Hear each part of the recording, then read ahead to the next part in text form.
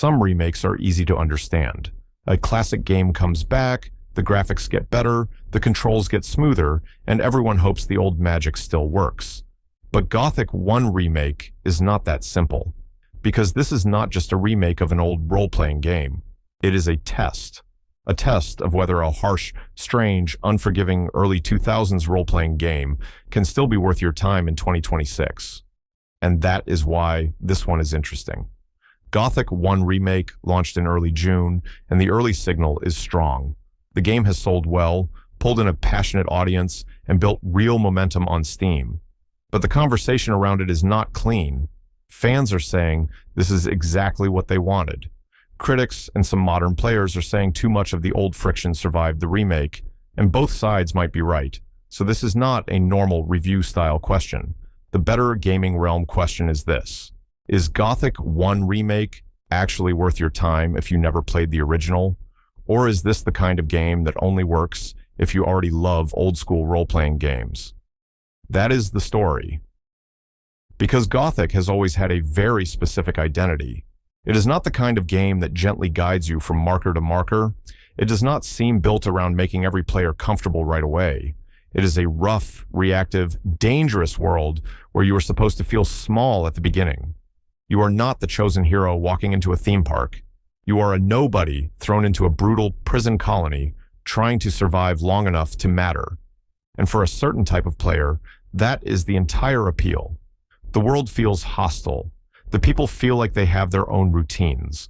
The game does not always explain itself clearly. You learn by paying attention, getting punished, talking to people, wandering into the wrong place, and realizing very quickly that the world does not care if you are ready. That is the old Gothic magic. The remake's biggest job was not just to make that look better. The job was to preserve that feeling without making the game feel completely trapped in the past. And based on the current signals, that is exactly where the debate lives. For original Gothic fans and hardcore role-playing game players, this remake looks like a major win. They are praising the atmosphere. They are praising the world. They are praising the fact that the game still does not hold your hand. They like that it feels old school on purpose. They like that exploration matters. They like that the world pushes back. They like that this is not another smooth, frictionless, open-world checklist. For those players, the rough edges are not automatically a problem. They are part of the identity. That is where the word Eurojank comes in. Eurojank is not just an insult, at least not always. It usually means a game that is ambitious, weird, a little rough, sometimes awkward, but full of ideas and personality. The kind of game that may not feel perfectly polished, but feels alive in ways safer games sometimes do not. Gothic is one of the defining examples of that style, and the remake seems to understand that if you sand everything down too much, you might lose the thing people loved in the first place. But here's the catch: not every player wants that, and not every rough edge becomes charming just because it is faithful. The biggest complaints are exactly what you would expect.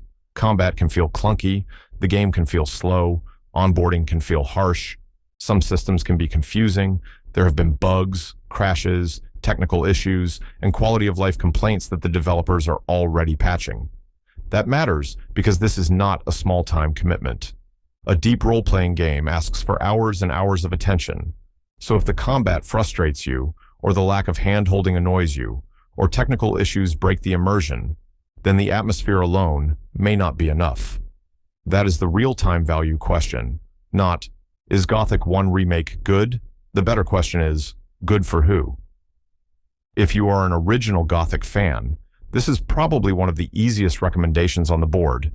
The remake appears to respect the game's identity, and that matters. If you are a hardcore role-playing game fan who misses games that make you figure things out yourself, this deserves your attention. If you like worlds that feel dangerous, reactive, and a little uncomfortable, this might hit harder than a lot of cleaner modern games. If you are a variety streamer, this is also interesting. Not because it is the easiest game to stream, but because it creates reactions. Getting lost creates reactions. Getting punished creates reactions. Trying to understand old-school systems in a modern remake creates reactions.